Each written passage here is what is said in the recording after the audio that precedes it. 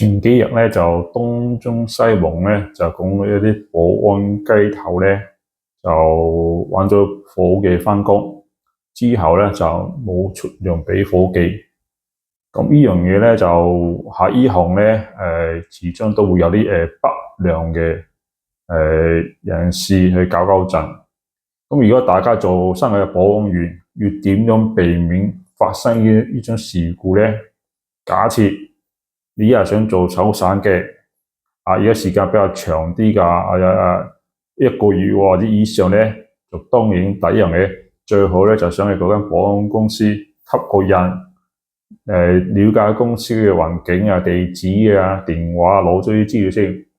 第二咧，你返工時咧記得要影相報開工，例如啲工卡啊、簽到紙啊，要有啲盤嘅名啊、你嘅名啊、時間各方面，一定 keep 好呢啲資料。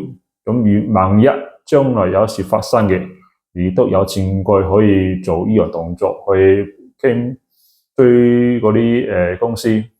如果你冇資料咧，你上到勞工處咧就好難搞啦。咁另外咧有啲伙計咧就好中意吸好多公司，佢諗住咁做法咧就可以多幾間公司咧就可以多啲地方返工。但調翻轉頭咧，如果你喺一間保安公司攞出嚟咧，其實咧我哋就唔中意嗰啲伙計咧吸咁多個人。點解咧？因為你吸得人多咧，即係有機會你找個盤會多。你找盤多咧，意思就係你容易會甩更啊，或者撞期。所以其實咧，我哋保安公司咧就唔中意請呢啲咁多人嘅伙計。一般咧，我建議大家最好咧就冇超過3間。如果唔係咧，你去第二間再見咧，人哋見到啲咁多人咧，亦都未必請嘅。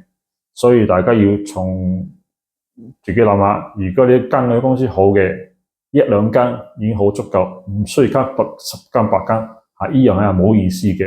OK。